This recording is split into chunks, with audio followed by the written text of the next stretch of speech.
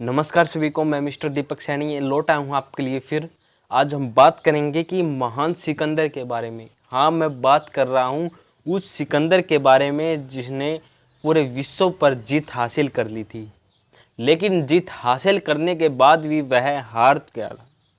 आप सोच रहे होंगे उसने तो कोई युद्ध हारा ही नहीं, फिर भी कैसे हार गया। मैं बताता हूँ, आप इस कहानी के माध्यम से या उनकी जो बातें थी उनके आप समझिए।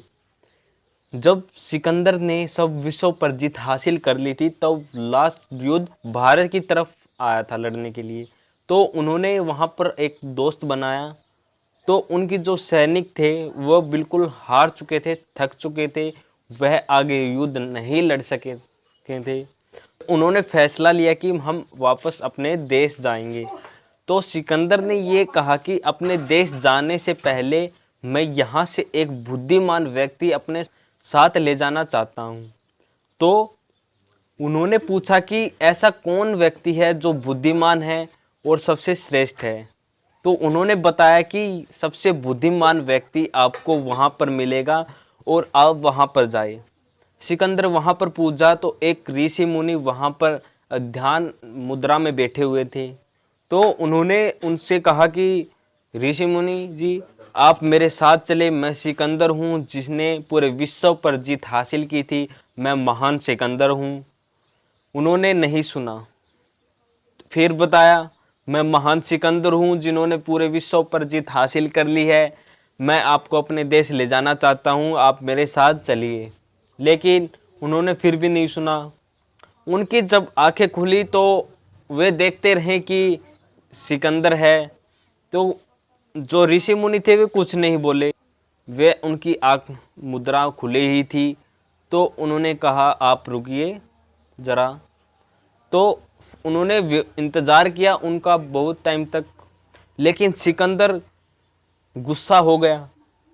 तो ऋषि मुनियों को फिर कहा कि आप मेरे साथ चलोगे या नहीं चलोगे। मैंने पूरे विश्व पर जीत कर ली थी, मैं आपको यहीं ख़त्म कर दूंगा। आप मेरे साथ नहीं गए तो मैं महान हूँ, मैं महान सिकंदर हूँ, आप मेरे बारे में क्या जानते नहीं। लेकिन जो ऋषि मुनि थे उन्होंने कहा कि मैं आपके बारे में सब कुछ जानता हूँ, लेकिन एक गलती के कारण तुम बिल्कुल हार गए हो। उन्होंने कहा कि गलती? कैसी गलती? मैं कभी हारा ही नहीं, अब कैसे हार गया? उन्होंने कहा कि तुम अपने गुस्से से हार चुके हो। तुम्हारे अपने गुस्से पर कंट्रोल नहीं है, अपने गुस्से को काबू नहीं कर सकते, इसलिए तुम हार गए हो। आपको जिस दिन गुस्से पर काबू करना आ गया, आप जीत जाओगे। लेकिन सिकंदर तभी समझ गया कि इनकी बात बिल्कुल सही है, मैं बिल्कुल हार गया हूँ। मैंने अपने गुस्से ऊपर बिल्कुल कंट्रोल नहीं किया, मैं बिल्कुल इनकी बात से सहमत हूँ।